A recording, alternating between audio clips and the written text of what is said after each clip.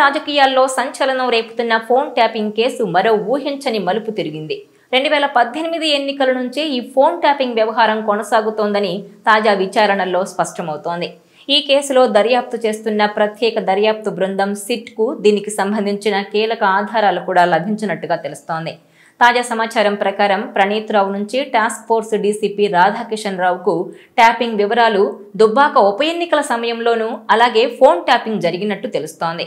అదేవిధంగా మునుగోడు ఉప ఎన్నికల్లోనూ ఫోన్ ట్యాపింగ్ సాగిందని వివరాలు వెలుగులోకి వస్తున్నాయి. ఇక ఈ కేసులో ప్రతి దశలోనూ శాసనసభ ఎన్నికల సమయంలో రాజకీయ నేతలు, వారి బంధువులు, అనుచరుల ఫోన్లు ట్యాప్ చేసినట్టు ఇప్పటి వరకు లభించిన ఆధారాలు స్పష్టం చేస్తున్నాయి. ఈ అంశం తెలంగాణ రాజకీయాల్లో ఇప్పుడు పెద్ద ఎత్తున దుమారమే రేపుతోంది. ఎస్ఐవి మాజీ చీఫ్ ప్రభాకర్ రావు నిబంధనలు అతిక్రమించి కేసీఆర్ కోసమే పనిచేశారనే ఆరోపణలు గుప్పిస్తున్నారు విచారణకు హాజరైన ట్యాపింగ్ బాధితులు. కేసీఆర్ ప్రభుత్వంలో అన్ని రంగాల్లోని ప్రముఖుల ఫోన్లు కూడా ట్యాప్ చేశారని ఆరోపిస్తున్నారు. రాజ్యాంగం కల్పించిన స్వేచ్ఛ హక్కుకు ఆటంకం కలిగించే హక్కు ఎవరికీ లేదంటున్నారు.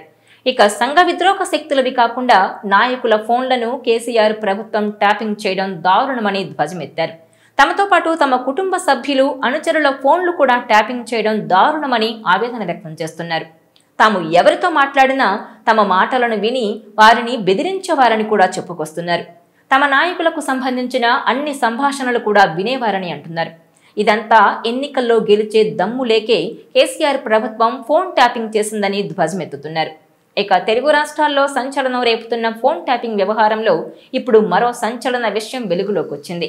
తెలంగాణ కాంగ్రెస్, బీజేపీ, బీఆర్ఎస్ నేతలతో పాటు ఏపీ సీఎం చంద్రబాబు, లోకేష్, పవన్ కళ్యాణ్, షర్మిల లాంటి రాజకీయ ప్రముఖులతో పాటు జడ్జిలు, మీడియా యజమానులు, జర్నలిస్టుల ఫోన్లు ట్యాపింగ్కు పాల్పడ్డారనే ఆరోపణలు వెల్లువెత్తుతుండగా తాజాగా వైఎస్ విజయమ్మ పేరు కూడా వినిపించింది.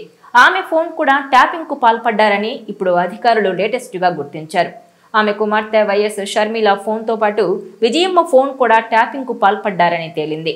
ఇక షర్మిల, విజయమ్మ ఫోన్ ఒకే సమయంలోనే ట్యాపింగ్ అయినట్టు అధికార వర్గాలు వెల్లడించాయి. జగన్, షర్మిలకు మధ్య గ్యాప్ ఉన్న సమయంలో కూతురు వైపుచ్చారు విజయమ్మ. ఆ సమయంలోనే విజయమ్మ ఫోన్ ట్యాప్ చేసి వైఎస్ఆర్సీపీలో కీలక వ్యక్తికి సమాచారం ఇచ్చినట్టు అనుమానాలు వ్యక్తమవుతున్నాయి. ఈ వ్యవహారం రాజకీయంగా తీవ్ర దుమారమే రేపుతోంది. నాటి తెలంగాణ ప్రభుత్వంపై తీవ్ర ఆరోపణలు వెల్లువెత్తుతున్నాయి. ఈ క్రమంలోనే నాటి పోలీస్ అధికారులు విచారణ కూడా ఎదుర్కొంటున్నారు. తాజాగా వైఎస్ విజయమ్మ ఫోన్ ట్యాపింగ్ కూడా వెలుగులోకి రావడంతో ఈ పరిణామాలు ఎటు దారి తీస్తాయోనన్న ఉత్కంఠ నెలకొంది.